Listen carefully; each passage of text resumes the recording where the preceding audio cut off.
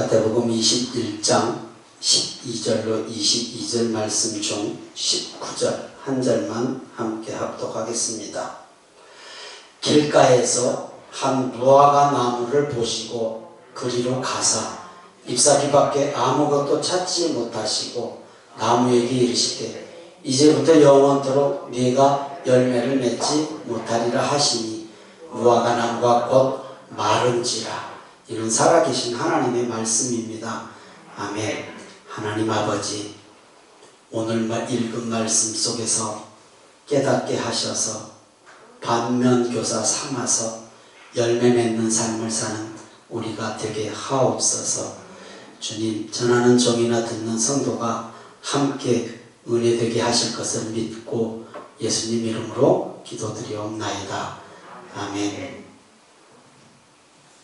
사순절 기간입니다. 오늘 말씀은 예수님께서 십자가 지시기 일주일 전에 예루살렘으로 들어오신 말씀입니다. 들어오셔서 첫 발걸음을 성전으로 향하십니다. 예루살렘 성전은 6월절 절기를 앞두고 많은 사람들로 북적입니다. 기도해야 할 사람들로 가득해야 할 성전이 상인들이 다 자리를 차지하고 있습니다. 환전상, 돈 바꿔주는 사람들과 짐승들 파는, 재물을 파는 사람들입니다. 왜 짐승을 굳이 성전 뜰에서 파는가? 짐승은 제사장이 검사를 해서 흠이 없다, 제물로서 됐다라고 판정을 내려야 제물로 쓸 수 있는 것입니다. 그러니까 6월절이니까 멀리서 몰고 오느라 고생하고 오다가 지들끼리 치받고 뭐 다치기도 하고 그러면 재물이 안 되거든요.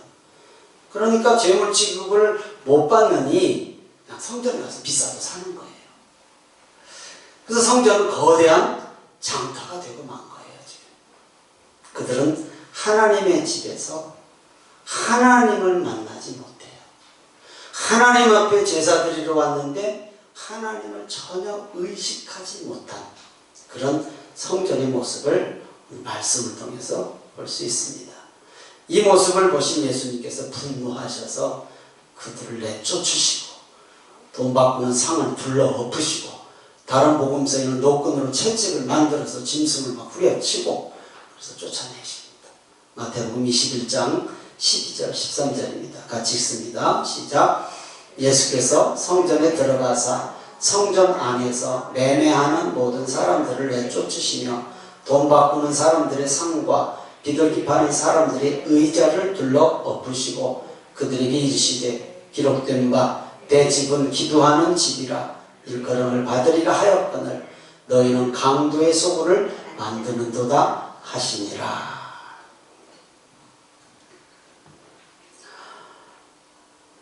우리가 예배 드릴 때 우리 마음에 하나님이 기뻐하시지 않는 것들 내쫓고 둘러붙는 게 우선되어야 돼요. 형식이 중요한 게 아니에요. 여러분, 지금 예배 드릴 때 우리 마음속에 예배보다 뭐가 더 급하게 떠오르는 것도 있을 것이고 준비 안 했으면 졸릴 수도 있고 여러 가지 상황이 아무도 모르지만 내 심령 가운데 일어나거든요. 이거 내쫓고 둘러엎어야 돼요. 이유는 뭐냐면 기도 안 했기 때문에 그것들이 자꾸 나를 흔드는 거예요. 오늘 말씀을 통해서 보면 기도가 없는 성전은 그냥 건물이에요. 그냥 건물. 기도가 없는 심령은 오늘 말씀처럼 무화과 나무처럼 메말라가요. 그게 겉으로 보여야 되는데 안 보이니까 모르는 것이잖아요. 성전인 성도가 세상으로부터 구별되지 못한 것에 거룩한 분노가 일어나야 돼요. 우리한테. 나 자신에 대해서도 일어나야 되고 다른 성도들을 봤을 때 표시는 할 수 없잖아요. 그럼 거룩한 안타까움이 있어야 된다는. 왜 저럴 수밖에 없는가? 왜 저렇게 신앙이 1년이 가도 2년이 가도 저 모습 저대로고 겉만 성도 같고 열매는 하나도 없는가? 이거 분노가 일어나야 돼요. 안타까움이 일어나야 된다고요. 내 가족을 봐도 안타까움이 일어나야 되고 내 가까운 이웃을 봐도 거룩한 안타까움이 우리 가운데 일어나야 됩니다. 오늘 이곳에 함께 하신 성도님들은 그 그런 거룩한 안타까움, 분노가 일어날 줄 믿습니다. 아멘. 이런 상황에서 예수님이 지금 분노하셨잖아요. 이런 상황에서 예수님 앞에 병자들이 병 고침 받기 위해서 나오고 어린아이들이 호산나 호산나 다윗의 자손이여 하고 찬양해요. 그러자 종교 지도자들, 당연한 일이잖아요. 찬양하는 거예요. 병자들이 병 고치고 주님 앞에 나오는 거예요. 그런데 분노해요. 종교 지도자들이. 분노해야 할 것에 분노해야 되는데 분노해서는 안 될 것에 분노를 하고 있어요. 마태복음 21장 14절 15절입니다. 같이 읽습니다. 맹인과 전는 자들이 성전에서 예수께 나아오매 고쳐주시니 대제사장들과 서기관들이 예수께서 하시는 이상한 일과 또 성전에서 소리질러 호산나 다윗의 자손이여 하는 어린이들을 보고 노하여. 노할 일에 노하죠. 기도하는 것에 노해야 되고 성전을 시장터로 만드는 것에 노해야 되는데 병자들이 예수님 만나러 오는 것, 어린아이들이 예수님을 찬양하는 것에 노하고 있다. 여러분, 무엇에 여러분 우리가 안타까워해야 하는가요? 무엇에? 오늘 예배에 함께 하신 성도님들은 무엇에 노하옵니까? 나의 예배의 모습에, 내 신앙의 모습에 안타까워해야 되는 거 아니에요? 혹시 전혀 다른 쪽에 노하고 안타까워하고 있지는 않는지. 성전에 이득을 취하러 온 사람들과 달리 병자와 어린아이들이 성전에 있었어요. 예수님은 그런 상황에서도 병자들을 고쳐주시고 어린아이들의 찬양을 기뻐하십니다. 아멘. 예수님께서 이제 이런 성전을 나오셔서 이른 아침 베다니 성으로 들어오십니다. 밤새 아무것도 못 드셨는지 무화과 나무에서 열매를 찾습니다. 그런데 열매는 없고 잎사귀만 무성합니다. 그 나무를 저주했다고 했어요. 책망하자 무화과 나무가 말라버려요. 마태복음 21장 17절에서 19절 같이 읽습니다. 시작. 그들을 떠나 성 밖으로 베다니에 가서 거기서 유하시니라. 이른 아침 성으로 들어오실 때에 시장하신지라. 길가에서 한 무화과 나무를 보시고 그리로 가사 잎사귀밖에 아무것도 찾지 못하시고 나무에게 이르시되 이제부터 영원토록 네가 열매를 맺지 못하리라 하시니 무화과 나무가 곧 마른지라. 제자들이 이런 모습을 처음 봤거든요. 이상해서 여쭤봐요. 어찌해서 말랐습니까? 예수님께서 이렇게 말씀하셔요. 이상한 일 아니다. 너희도 믿음이 있으면 이런 일 할 수 있다. 더 큰 일도 할 수 있다. 라고 하시면서 기도해 주세요. 믿음으로 기도하라. 라고 말씀하세요. 믿음으로 기도하라. 마태복음 21장 21절 22절 같이 읽습니다. 시작.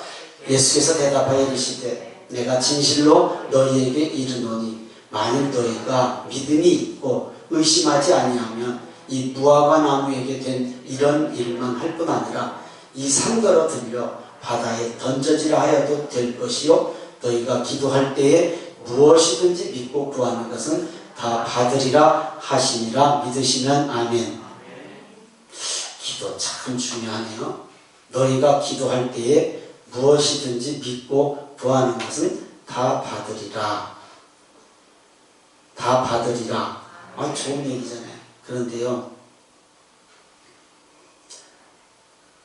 기도하는 사람은 보이지 않고 장사하는 사람만 덕적이는 지금 성전을 예수님께서 보셨잖아요. 예루살렘에 들어가서.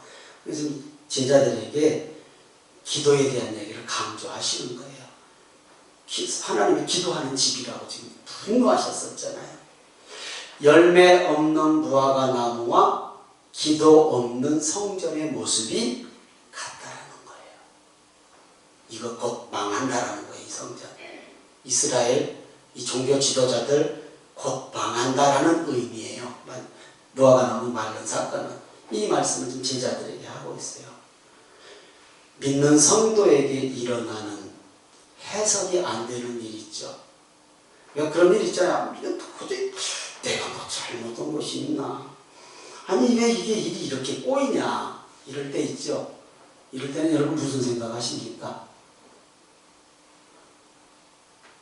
무슨 생각 하시냐고요?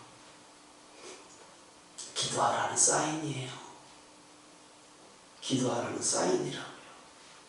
기도하면 하나님이 알려주셔요. 해석이 돼요. 그래서 기도가 중요해요. 기도 안 하면 그냥 세상 사람들처럼 아이 재수가 없어가지고 이렇게 꼬이네 이렇게 가요. 또 기도 안 하면 그냥 나 나름대로 해석을 해요. 나 나름대로 뭐 좋은 해석일 수도 있고요. 그러나 기도하면 정확하게 말씀하시죠. 하나님께서 무엇 때문에 뭐가 문제인지를 정확하게 알게 하시죠. 그래서 그 말씀대로 순종하면 그 해석이 안 되는 일이 해석이 되죠. 이건 체험해 보신 분만 아멘할 수 있는 거예요. 무화과 나무 마른 사건은 말씀드린 것처럼 대제사장을 비롯한 종교 지도자들, 장차 예루살렘 성전의 무너진 멸망, 이스라엘의 멸망을 비유한 것이죠. 그 예수님은 지금도 열매를 찾으십니다. 열매 잘 키우고 계십니까? 아직 설익었어도 괜찮아요. 언젠가는 있거든. 열매 잘 키우고 계십니까?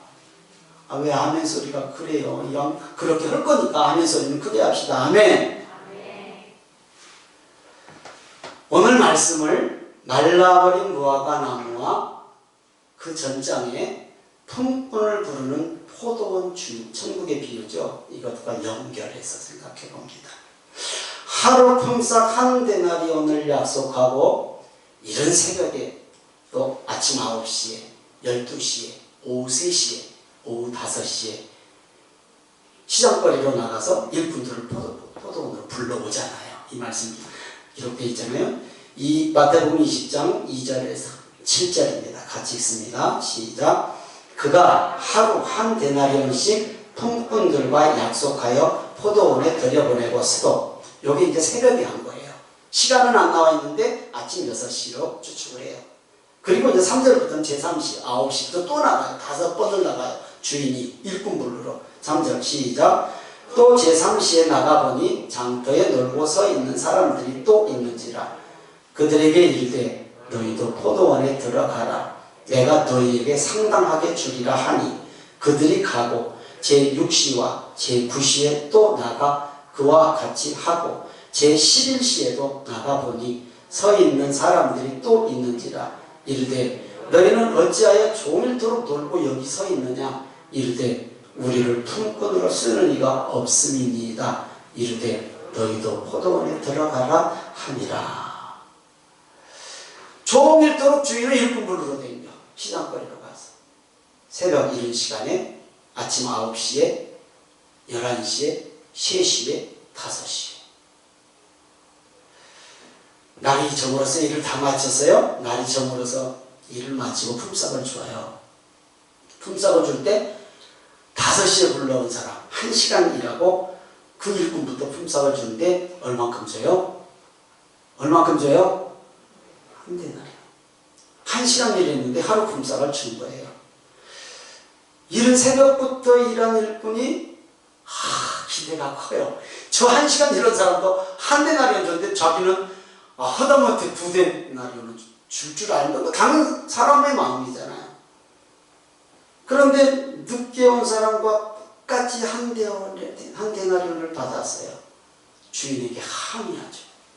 약속은 분명히 한 데나리온 했거든요. 아침 일찍부터 해도. 마태복음 20장 12절입니다. 시작. 나중 온 이 사람들은 1시간밖에 일하지 아니하였거늘 그들을 종일 수고하며 더위를 견딘 우리와 같게 하였나이다. 당연한 항의잖아요. 당연한 항의 같아요.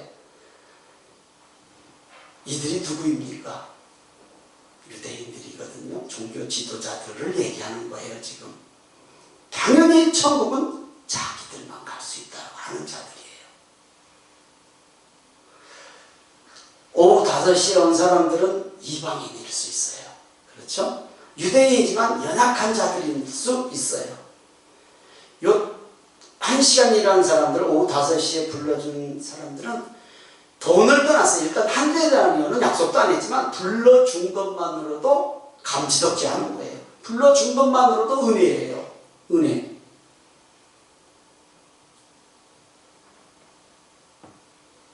어느 방송국에 아나운서 채용을 했는데 몇 번을 떨어진 아나운서가 있었대요. 몇 번을. 종편 방송국인데요. 종편 방송국 알죠? 근데 그 떨어진 여자 아나운서가 그 보도본부장, 지금은 사장이던데, 사장을 찾아가서 나 방송국에서 청소라도 하랍니다. 청소라도 하랍니다. 시켜주십시오. 나는 방송국에서 죽을랍니다. 이렇게 찾아왔대. 그 아나운서가, 여자 아나운서가. 그래서 종편이니까 가능하겠죠. 네, 조그맣게 시작했잖아요. 종합편성부터 방송. 그래서 방송 아나운서를 뭐 다른 것부터 시켰는지 몰라도 시켜가지고 지금 매일이 하고 있어요. 그 여자 아나운서가. 그러니까 월급 이런 거 따질 일이 아니야. 지금 나 여기 일만 하게 해달라. 일만. 오늘 5시에 온 일꾼들이 그런 상황이잖아요. 병든 자일 수도 있고 이방인일 수도 있고 연약한 자일 수도 있고 아니면 하루 벌어 하루 먹고 사는 사람들일 수 있잖아요. 그럼 지금 가서 얼굴 도장이라도 찍어놔야 내일이라도 또 일할 수 있는 거가 불러준 것에 감사하고 불러준 것으로만 은혜예요. 돈이 아니에요. 많은 일을 해서 받은 것이 아니라 불러주신 주님에 그냥 감사해서 감지덕지 일한 거죠. 이런 사람은 당연하지 않습니까? 뭐 돈 안 생각하고 그냥 열심히 불러준 것의 은혜예요. 이것은 한 명이라도 더 살리고자 하는 하나님의 마음이거든요. 구원을 말씀하고 있는 거예요. 구원. 이 한 데나리온은 돈이 아니라 구원 얘기하는 거예요. 구원. 자, 그 얘기 연결해서 다음에 뒤에 생각하고요. 이렇게도 생각해 볼 수 있어요. 부름의 때가 다를 수도 있다. 일찍 예수 믿고 구원받은 사람도 있는가 하면 어떤 사람들은 그냥 하나님 앞에 가기 직전에 구원받은 사람도 있잖아요. 나이 많아서 부름받은 사람도 있고 일찍 어린 아이 때부터 부름받은 사람도 있잖아요. 근데 분명한 건 내가 원한다고 들어갈 수 있는 것이 아니었잖아요. 이 포도원 주인이 당신 갑시다 했을 때만 가능해요. 그러니까 부르심은 하나님의 전적인 주권입니다.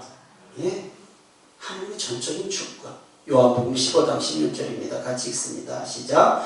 너희가 나를 택한 것이 아니요 내가 너희를 택하여 세웠나니 이는 너희로 가서 열매를 맺게 하고 또 너희 열매가 항상 있게 하여 내 이름으로 아버지께 무엇을 구하든지 다 받게 하려 함이라. 믿으시면 아멘. 하나님이 우리를 택해 주셨어요. 오늘 우리가 여기 나와 있는 것 자체가 내 힘으로 나왔지만 아니요. 내 힘이 있어도 못 나온 사람들이 있거든요. 내 힘이 있어도. 성령께서 나를 역사하셔서 발걸음 옮겨주셨으니까 하고 마음 움직이셨으니까 왔지. 다 갖추고 있어도 못 온 사람들 있을 수 있잖아요. 어려운 사람들에게 사랑을 베푸는 주인에게 감사한 마음. 이게 믿는 성도, 우리의 삶의 모습이어야 합니다. 이런 것이 천국이죠. 이런 것이. 5시에 온 사람을 시기 질투하잖아요. 지금 나도 한 대 내려오는데 너 조금밖에 못하 너도 한 대 내려오냐? 내가 더 열심히 일했는데 왜 복은 네가 더 받냐? 이건 좋은 마음 아니죠. 당연한 것 같은데 만약에 5시에 온 사람이 내 부모님이라면 그래도 그런 마음 들어갈까요?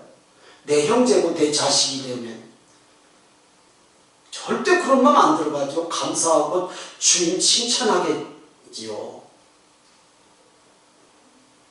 자, 한대나리온이 구원 얘기한다고 그랬습니다. 주님의 영광을 위해서 생명같이 믿음의 순교자들이 있잖아요. 당연히 구원받은 신앙의 선배들이잖아요. 그러면 험악한 인생을 살다가 죽음의 현장에서 예수님을 순간적으로 영접한 오른편 강도의 구원은 달라요? 거기는 몇세 개밖에 안 되고 순교자들은 한 데나리온이면 아니잖아요. 구원은 똑같아. 늦게 받았든 나중에 받았든 상급은 다를 수 있겠죠. 상급은. 그러나 구원은 같아. 여러분 한 데나리온의 품삯을 받은 그 한 데나리온은 구원을 얘기하는 겁니다. 구원은 일찍 부름을 받았든지 늦게 부름을 받았든지 동일합니다. 동일해요. 포도원 주인은 일이 목적이 아니라고요. 지금 일이 목적이 아니라 한 사람이라도 더 불러서 품삯 주는 거예요. 살리는 거예요. 구원시키는. 그래서 천국의 비유가 지금 포도원 주인 비유잖아요. 한 사람이라도 더 불러서 시간과 상관없이 아무 때라도 불러서 구원받게 하는 것이 하나님의 마음임을 믿습니다. 아멘. 우리의 신앙을 점검하고 돌아보아야 하겠습니다. 무화과 나무의 비유는 준비하라는 것입니다. 잎사귀가 무성한 것을 신앙으로 생각하고 있지는 않는가? 남이 칭찬해주고 그래 신앙생활 그 정도면 됐지, 그것을 혹시 믿음으로 착각하고 있지는 않는가? 주님은 그런 외적으로 풍성한 잎사귀를 원하시는 것이 아니라 열매를 찾으십니다. 열매. 꼭 알아야 할 것이 있습니다. 무화과 나무는 예수님께서 열매를 찾으실 때 잘 아시겠지만 열매 맺을 때가 아니었다고 성경은 기록하고 있어요. 아니 열매 맺을 때가 아닌데 그 나무 밑에 가서 열매 내놔라, 이건 좀 앞뒤가 안 맞잖아요. 그런데 이 무화과 나무는 가끔 그런 거 있잖아요. 아직 개나리 폈나 모르겠지만 얘가 겨울에 따뜻하면 피더라고. 또 열매도 막 그런 열매가 있어요. 아직 때가 아닌데 열매가 맺을 때가 있거든요. 따뜻해지면 얘가 착각을 해서 그냥 열매 맺어버려. 그런 무화과가 있다라는 거예요. 그러니까 예수님은 그 설익은 거라도 찾으시지 않았는가라는 거예요. 주님의 때에 열매는 있어야 돼요. 근데 이 분명히 말씀드린 것처럼 이 무화과 나무는 열매 맺을 때가 아니라고 성경은 기록하고 있거든요. 마가복음 11장 12절 13절입니다. 같이 읽습니다. 시작. 이튿날 그들이 베다니에서 나갔을 때에 예수께서 시장하신지라 멀리서 잎사귀 있는 한 무화과 나무를 보시고 혹 그 나무에 무엇이 있을까 하여 가셨더니 가서 보신즉 잎사귀 외에 아무것도 없더라. 이는 무화과의 때가 아님이라. 잎사귀가 무성한 이 나무, 같은 마태복음이랑 같은 말씀인데 지금 여기서는 때가 아니라는 얘기를 기록하고 있어요. 마가는 열매 맺을 때가 아니에요. 근데 그 열매 맺을 때가 아닌데도 가끔 좀 열매 나무도 실성을 해서 뜯어보면 그냥 열매를 맺은 설익은 것들이 있다라는 거예요. 예수님은 그것 찾으시지 않았는가? 그러면 조금 전에 말씀드린 것처럼 설익은 열매라도 우리 있냐는 얘기죠. 우리에게 아직 교회는 안 따라 나왔다니까. 그럼 지금 설익은 뭐 고구마 전도법 같이 찔러보니까 안 들어가. 단단해. 익히는 작업 해야죠. 있지요? 있는 분 아멘. 전체국에 물어본다. 있어야 되죠. 있어야 돼요. 설익은 열매라도. 왜냐하면 익을 거니까. 말씀 정리하고 마칩니다. 코로나19 전염병, 이 재난, 실족하는 성도들이 많을 것을 모든 교회들이 염려합니다. 염려해요. 그 어떤 전쟁보다 많은 사람이 죽은 재난입니다. 그 어떤 전쟁보다 많은 사람이 죽은 재난. 지금까지 이 세계가 이렇게 전쟁이 일어난 일은 없습니다. 국지적으로 어느 부분에서 일어났지. 지금 세계가 재난이에요. 그 어떤 환란에도 멈추지 않았던 예배가 멈춰졌어요. 이럴 때일수록 기도하며 열매를 우리가 맺어야 돼요. 이 설익어서 떨어지는 열매들 많고요. 설리고서 떨어지는 열매들 많아요. 아직 익어보지도 못하고 하나님 앞에 나와보지도 못하고 떨어지는 사람들이 얼마나 많아요. 구원의 문제 문턱에도 못 가고 떨어지는 사람이 얼마나 많겠습니까? 이거 우리가 안타까워해야 되잖아요.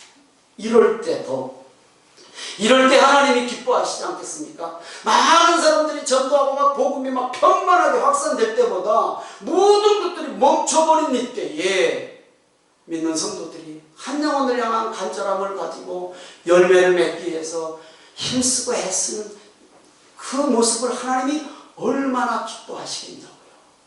지금이 그런 때예요. 항상 준비하는 신앙, 주님께서 기뻐하시는 신앙의 모습임을 믿습니다. 우리 예배 돌아봅니다. 우리 예배. 나는 주일 예배를 어떻게 준비하는가?